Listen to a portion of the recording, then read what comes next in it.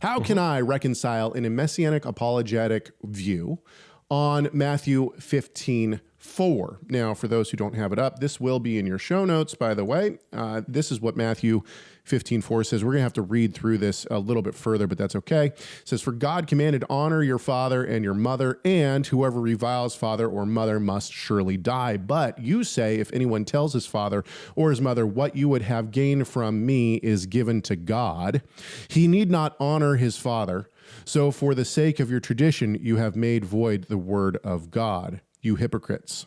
Okay, so this is what the passage says. So back to Jesus's comment here. He says, how can I learn and explain it to someone that the law has not been done away with, but the law in Matthew 15:4 can't be done? How can I see it without being contradictory? Thank you. Yeah. So the way my understanding is that what he's saying is Yeshua really saying that someone who dishonors their parents should be put to death, and that the church doesn't do that, right? That's what I'm understanding him saying. He's saying, like, look, here you have Jesus citing, this is Jesus in the Bible, not Jesus, the question we got. Yeshua says, he's citing Exodus, saying, look, the Torah says death penalty. But we don't do that. We don't put children to death in our day and age.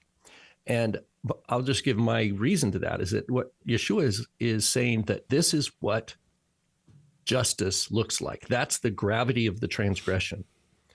The gravity of the transgression of cursing parents in God's eyes is the death penalty. That's how serious we have to take the commandment to honor our parents. That's how high a priority it should be in our hearts and minds. Now, in this world, I mean, we just don't have any real, sadly to say, but not surprisingly, we don't have any really truly just courts, it seems, anymore in this world. And we don't have a Torah administration. And one thought I had, and then Caleb, I'll bounce it back to you. Sure.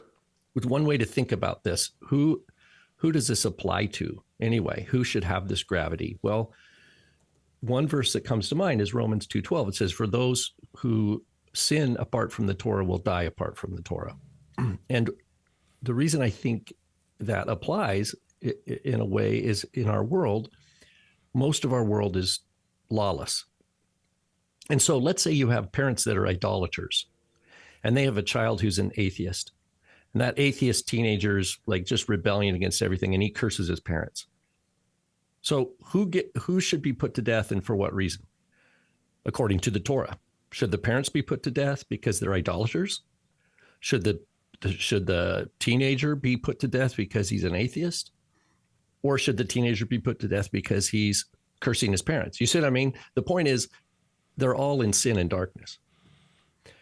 So, but within Israel, though, you have knowledge of Torah. You could talk about the man who gets stoned for carrying sticks on the Shabbat. And the way that's told in Christianity today is like, oh, that's the God of the Old Testament. He was so harsh. All he was doing was picking up sticks. But no, you go back to the context. It was an act of defiance. He knew what he was doing was absolutely against what God had commanded. Absolutely. It was a clear, what they call sin of the high hand. And stoning was the proper, just response.